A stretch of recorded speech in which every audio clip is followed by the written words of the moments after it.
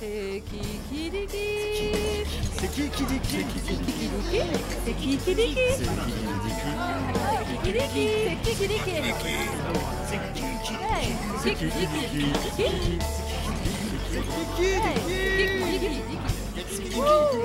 qui? C'est qui dit qui?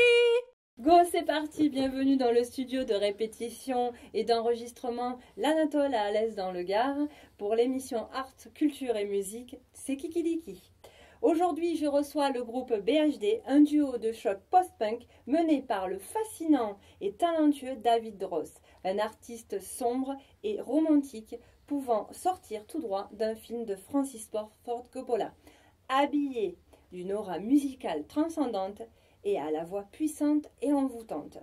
Non sans compter son complice Gérard, artiste aux multiples talents, tout aussi appliqué à sublimer leur musique, un savant mélange des genres rappelant l'époque bénie de Joy Division.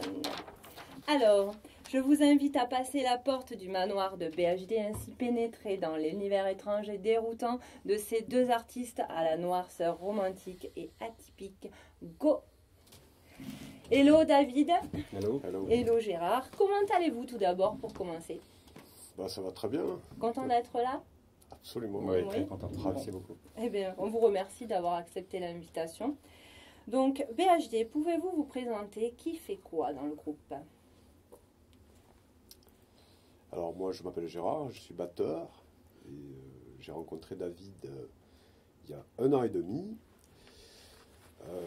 Puisque David avait passé une annonce pour chercher un batteur. Voilà, j'ai lu cette annonce et à l'écoute de l'album qu'il avait fait précédemment, j'ai accepté de le rencontrer. Et puis voilà, ça s'est passé comme ça, sur la base de l'écoute d'un album en fait qui m'a beaucoup plu, l'album qu'il avait fait l'année précédente. Et voilà, j'étais très touché par cet album. Ça t'a interpellé en fait, ouais. Tu t'es dit... Que cette musique était pas du tout habituelle, quoi. C'est quelque chose qu'on n'avait pas, que j'avais pas l'habitude d'écouter, au moins dans la région ici, région de Toulouse, Montpellier, Oui. tout ça. Je trouvais ça assez rare et ça m'a de suite séduit. C'est vrai que le post-punk, c'est vraiment très particulier. Donc, de nos jours, on entend moins ce genre de choses. Et ça, c'est très bien que vous l'ayez remis au goût du jour. C'est que vous l'ayez rapporté devant le public. C'est très intéressant. Justement, que signifie BHD et pourquoi ce nom? BHD, c'est anglophone, hein, ça veut dire Black Hotel Doorkeepers. C'est les portiers de l'hôtel noir, en fait, si on traduit littéralement. Et ce qui me plaisait dans ce nom, c'est parti d'une blague un peu avec le label. Parce que j'avais un nom très simple au départ et puis le label me dit non, ça va pas aller, le nom c'est sur Google ça va pas aller, etc. Donc c'est parti d'une blague comme ça et j'ai trouvé ce nom en fait un soir comme ça, je lui ai envoyé, j'ai dit tiens au moins celui-ci, tu risques pas de le trouver sur Google. Et, oui, c'est sûr. Et en plus la signification me plaît, c'est-à-dire que il y a une sorte de un peu les gardiens du temple quoi finalement. J'aime bien cette idée de portier, c'est-à-dire qu'on arrive et ça s'ouvre vers quelque chose, on ne sait pas trop, mais quand on visite un lieu pour une première fois, il y a un portier, il est là, il nous ouvre et c'est welcome, rentrez et puis découvrez ce que vous avez envie de trouver à l'intérieur. J'aime bien cette idée. Oui, en même temps, ça rappelle effectivement de nouveau de ramener cette fameuse musique sur le devant de la scène, donc ça va bien avec effectivement cette idée-là. C'est intéressant, le nom est intéressant en tout cas. Depuis quand jouez-vous ensemble? Alors du coup, finalement, tous les deux... Avec Gérard, ça fait 1 an, à peu près 1 an et demi. Maintenant, BHD, ça existe depuis plus longtemps que ça. Ouais. C'est un projet à la base qui était solo, puis après il y a eu d'autres musiciens qui sont venus, puis il y a 2 albums qui ont été faits, 3 si on compte un premier album qui avait été fait quand j'étais beaucoup plus jeune. Et donc voilà, c'est un cheminement en fait. Tu parlais de ramener sur la scène, mais en fait ça s'est jamais arrêté pour moi. Oui, finalement. Oui, je comprends. J'ai pas essayé de surfer sur quelque chose ou un courant musical ou quoi que ce soit. Ça a toujours été ma culture, j'ai toujours été baigné là-dedans Oui. depuis toujours. Et en fait, j'ai continué à faire ce que j'ai fait depuis toujours en fait. Oui, c'est une suite de logique. Après ça évolue, ça change. Voilà, bien sûr. Au gré des personnes qui intègrent le groupe, comme Gérard qui a amené encore autre chose. Et maintenant c'est vrai qu'à tous les deux on a trouvé un bon équilibre.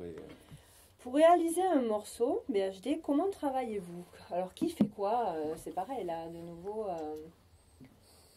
Comment vous procédez? Généralement ça se fait... les morceaux naissent tout d'abord dans la tête. Hein. Mm-hmm. Enfin, moi, je fonctionne comme ça. Donc, je peux rester des fois un mois sans qu'il y ait rien qui sorte. Et puis, ça va me réveiller au milieu de la nuit. Il va y en avoir 3-4 qui vont arriver comme ça. Généralement, je fais un premier jet, moi, que j'enregistre dans mon studio chez moi. Et ensuite, je le fais écouter à Gérard. Et on voit ensemble où ça peut nous amener. Donc il y a des choses qu'on va jeter, il y a des choses qu'on va transformer, il y a des choses certains morceaux même qu'on va commencer à construire et puis qu'on va abandonner en cours de route, ou qui vont se transformer complètement en autre chose, parce qu'il va amener un tempo différent, parce qu'il va amener une rythmique différente, donc tout ça, ça va s'adapter, donc c'est vraiment du savant mélange. L'inspiration, d'où elle vous vient? Est-ce que vous avez une muse, entre guillemets, un groupe, quelqu'un qui vous inspire plus qu'un autre? Toi, Gérard, peut-être, comme ça, tu vois? Oui, bien sûr. Alors, ça serait qui te... J'ai écouté beaucoup de choses. Et depuis quelques années, j'écoute principalement des groupes comme Skinny Puppy, des productions qui viennent du label Subconscious Communication, qui est un label canadien, qui produisent des choses assez étonnantes et très actuelles, enfin, qui sont toujours dans l'actualité, qui se renouvellent en permanence.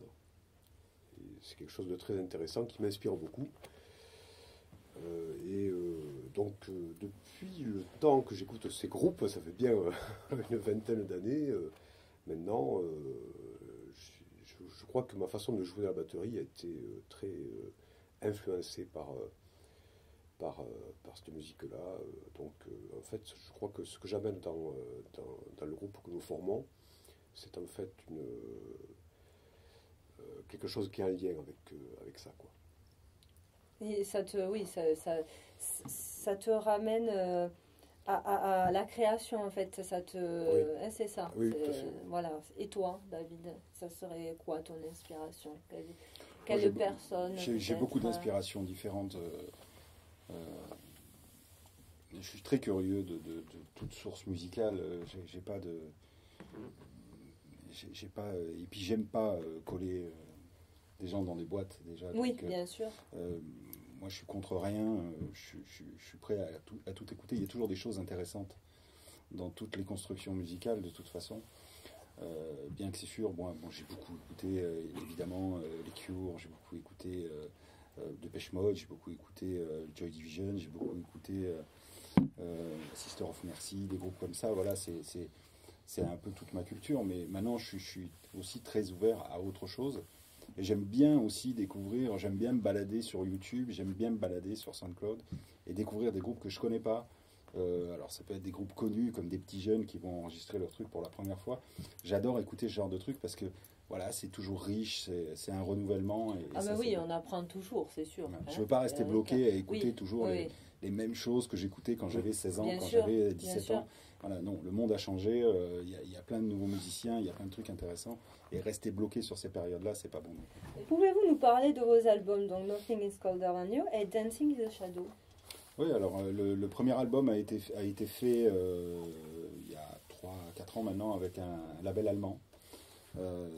C'est d'ailleurs le label qui m'avait... Moi, j'avais composé certaines chansons comme ça que j'avais mis sur SoundCloud pour les partager avec pas de but particulier. Et c'est ce label donc qui m'avait écrit un message, qui m'avait dit on aimerait bien faire un album avec toi, etc. Donc ça s'était fait comme ça pour le premier album qui était uniquement un album digital. Mm-hmm. Et ensuite on a fait un deuxième album avec Manic Depression Records, qui est un label parisien, qui eux l'ont sorti en CD Digipack et en digital aussi, qui est disponible sur toutes les plateformes. D'accord. Voilà, donc eux, par contre, c'est moi qui leur avais envoyé. Je les avais connus comme ça, puis je leur avais envoyé un soir une démo de l'album. J'avais dit tiens, qu'est-ce que t'en penses? Voilà, ça me trotte. Cet album me trotte dans la tête depuis un petit moment et bon, j'ai balancé ça un soir comme ça et une demi-heure après, il m'envoie un message, il me dit on sort l'album. Donc, cool.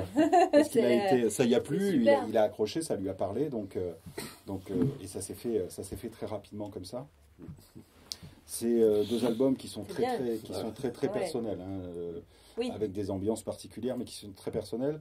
Là, actuellement, on est en train de travailler sur un troisième album, donc qui sera celui-ci, je pense, un petit peu différent, toujours dans la même culture musicale, on va dire, parce que on a beau faire ce qu'on veut, mais on ne sort pas de sa culture finalement, on y reste. Non, pas comme ça, oui, c'est sûr. C'est vrai. Voilà, donc ça aura la même veine, mais avec des choses différentes. Les deux premiers albums ont été faits avec une boîte à rythme, donc ce qui donne des tempos assez linéaires comme ça, des ambiances assez lourdes. Là, avec un batteur vivant, ça apporte quelque chose d'entièrement différent. Bien sûr, ça change totalement. Mais justement, là, tu restes dans le second label, donc pour le prochain album, ça sera avec Normalement, même... oui.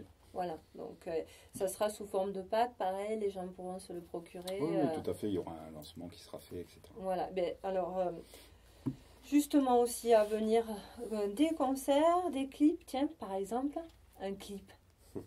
Est-ce qu'il y en a un de prévu? On y pense. On y pense actuellement, parce que c'est un outil aujourd'hui qui est utile, on peut faire passer aussi pas mal de choses. Maintenant, il faut trouver la personne qui va, comment dirais-je, qui va arriver à être, qui va nous comprendre et qui va arriver, comme moi, à mettre des mots sur des chansons. Lui, il va arriver à mettre des images dessus. Et il faut que ça corresponde avec l'émotion aussi qu'on a envie de faire passer. Donc, c'est pas facile non plus d'arriver à trouver cette personne-là. Qui est l'œil justement sur ce que vous faites. Qui est l'œil sur ce qu'on fait et qui arrive à comprendre les émotions qu'on veut faire passer au travers de ça. Bien sûr.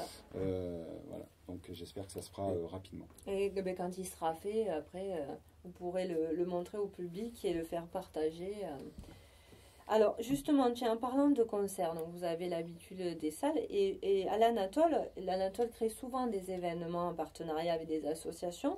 Et est-ce que ça vous intéresserait aussi de participer à ce genre de projet de venir montrer un peu ce que vous faites aussi à travers les événements qui sont créés Bien sûr, il n'y a pas de raison qu'on ne participe pas à ce genre de projet. Ouais. Bien sûr, disons que ça change, c'est une toute autre scène, donc c'est aussi intéressant de venir, c'est une approche peut-être un peu plus intime.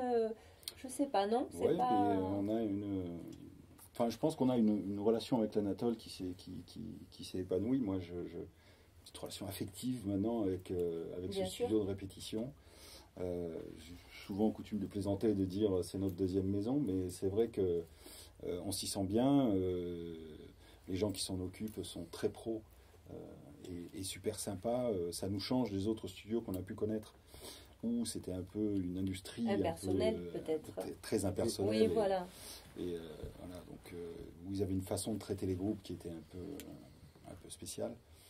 Ici, c'est une petite famille et on s'y sent bien, voilà. Et on arrive bien à travailler. Ben merci beaucoup, merci pour eux. En tout cas, je pense que c'est ce qu'essayent de faire passer les garçons à travers leur studio. Ils y arrivent bien, ouais. Donc ouais, je pense qu'on peut leur tirer notre chapeau. Voilà. Et quand vous faites des concerts, vous les faites en France ou vous aimeriez aussi aller au-delà de pouvoir aller exporter votre musique Non, on ne se met pas de pas de barrière. Voilà. Dans la musique, c'est vraiment le seul endroit où il n'y a pas de frontières finalement, où il n'y a pas de barrière, où il n'y a rien du tout. Ouais, tout à fait. Donc après, oui, on est prêt à aller jouer n'importe où. On a d'ailleurs du public qui est assez varié. On a pas mal de fans au Pérou, aux États-Unis, en Angleterre.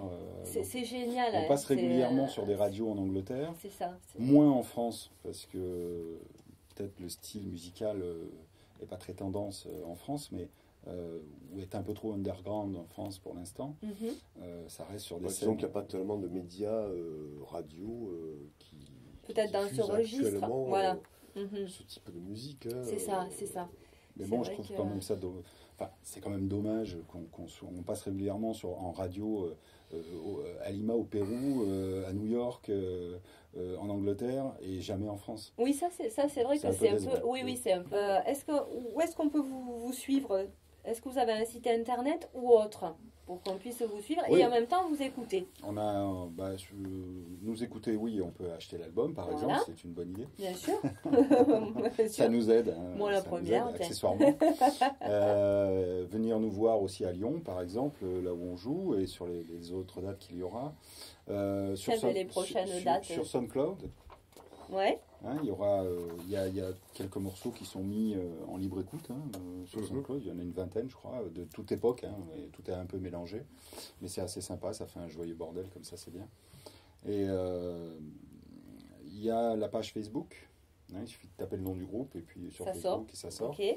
Où là, il y a un lien pour aller sur le site internet, où on met nos actualités, des photos, des morceaux à écouter, etc. Et les prochaines dates, hormis celle de Lyon, vous en avez d'autres? On a d'autres. On a une tournée en Angleterre qui est dans les tuyaux, mais bon, on n'a pas les dates exactes pour le moment, mais elle est en préparation. C'est génial ça du coup. Voilà. Hein, c'est super. Puis on a des contacts en Allemagne aussi pour cet été, mais toujours pareil, c'est pas finalisé. Voilà. Donc, voilà. Faut attendre. C'est un projet assez récent. Hein, donc je rappelle que David et moi on s'est rencontrés il y a un an environ, un peu plus d'un an. Bien sûr. Et que le temps de mettre tout ça en route. Mais je trouve ça a été quand même. Vous avez un bon démarrage quand même, hein, bravo. Hein. Pas trop espéré. Voilà, bien sûr, mais en fait c'est déjà pas mal. Hein, c'est vraiment super. Hein. Et puis il faut le temps que les choses mûrissent. Oui. Voilà, on s'est rencontrés. Il y avait un bassiste aussi avec nous quand on s'est rencontrés, qui n'est plus aujourd'hui. Aujourd'hui, on a décidé, c'est notre volonté de rester à deux. Les choses, mûrissent, les choses se mettent en place, et il faut le temps que les choses se mettent en place de façon naturelle. La musique, c'est pas, on décide pas demain de faire ça et on va faire ça.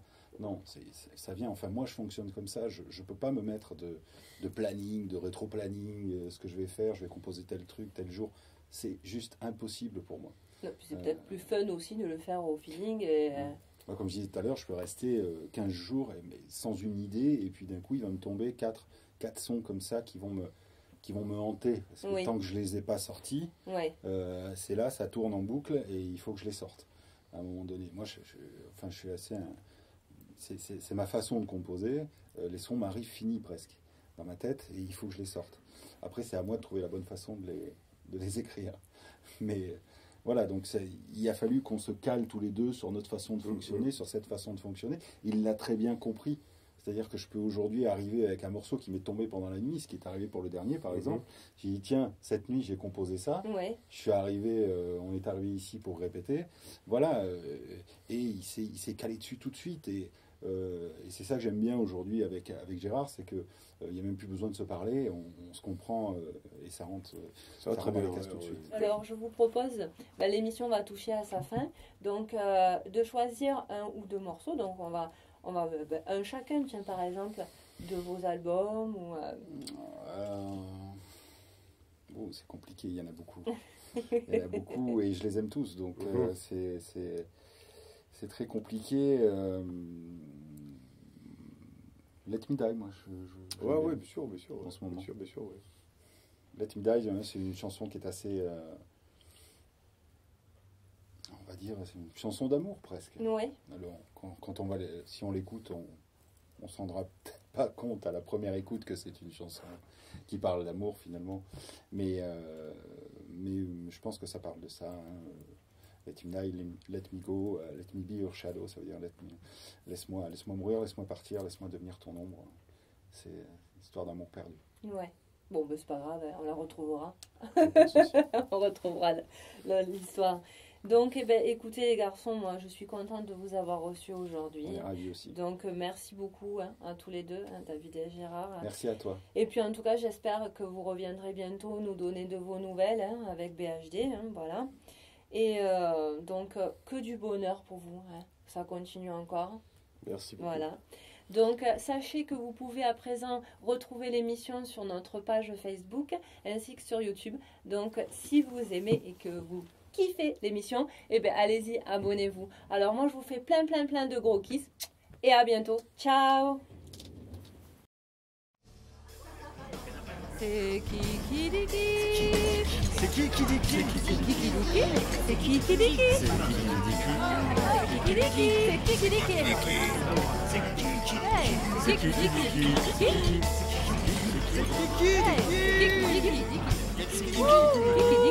C'est qui dit qui?